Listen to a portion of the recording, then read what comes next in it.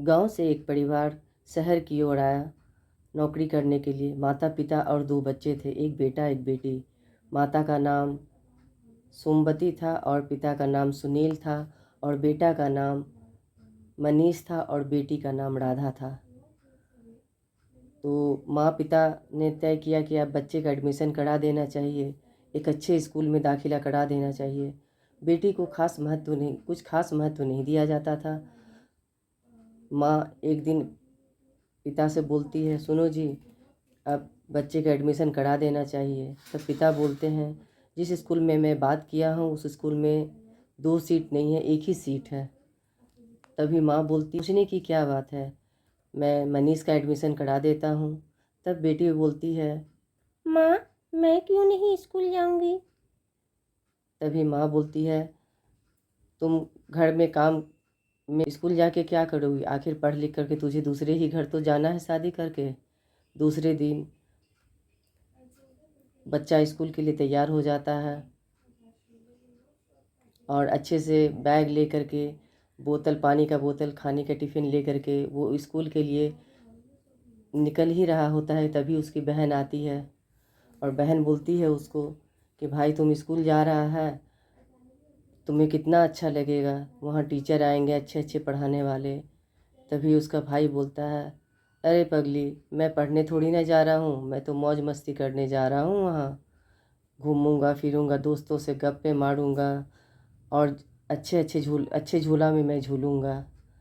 और तभी उसे ये हिदायत भी देता है कि सुनो, तुम माँ को चुगली मत लगा देना, वरना मैं तुम्हारी माँ से कह के अच्छे से डांट सुनवाऊंगा।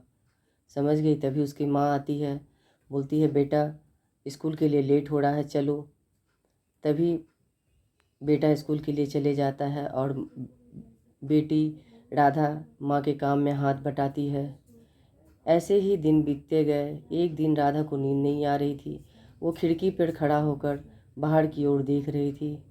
तभी उसे एक सामने बड़े से घर से आवाज़ आया और उसमें लाइट भी जली हुई थी। कुछ बच्चों का आवाज़ आ रहा था और टीचर की भी आवाज़ आ रही थी।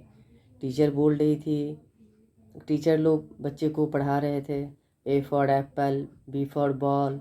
और तभी टीचर भी बोलती है कि चलो बच्चे इंग्लिश का किताब निकालो, आज उसे रिवीजन करना है। तभी वो सोची, ऐसा कौन सा स्कूल है जो रात में शुरू होता है। तभी उसके मन में जिज्ञासा हुई, चलो चल के देखते हैं। तभी वो स्कूल की ओर बहुत हिम्मत करते हुए निकली। वो जा ही रही थी, तभी उस घर के ऊपर देखती है विद्यालय लिखा हुआ है। वो थोड़ा अंदर जाती है, तभी काउंटर पर देखती है कि एक बहुत डरावनी सी लेडीज़ बैठी हुई है। वो बोलती है, बहुत देर कर दी तुम आने में। तभी वो बोलती है, राधा बोलती है, मैं तो आपको पहचानती ही नहीं हूँ।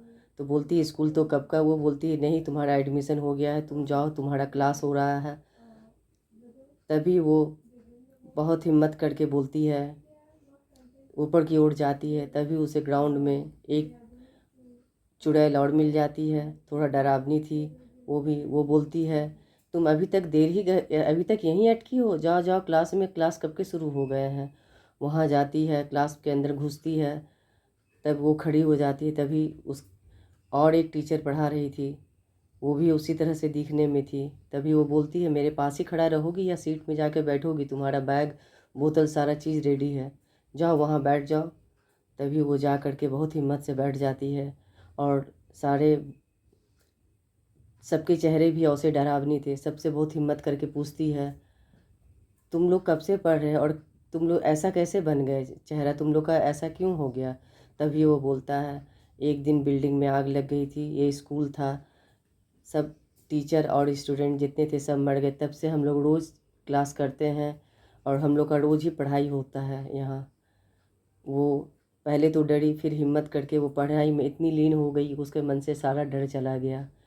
फिर वो 3 बजे क्लास ख़त्म हुआ, 3 बजे घर गई, धीरे से चुपके से जा कर के वो बेड में सो गई। फिर सुबह उठने का, दूसरे दिन का इंतज़ार करने लगी।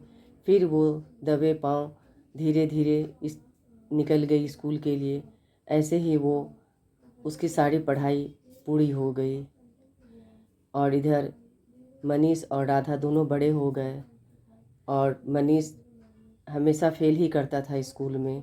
इस पर उसकी माँ और पिता बहुत डांटे एक दिन उसे, तुम इतने साल से एक ही क्लास में लटका हुआ है, तुमने सारा पैसा मेरा बर्बाद कर दिया।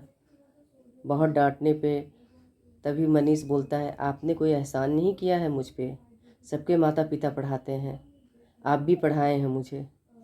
तभी उसके बॉस के घर में उसके बच्चे का बर्थडे था, तब उसमें सारे फैमिली गए। वहाँ भी मनीष अपने बॉस के घर में चोरी करने लगा।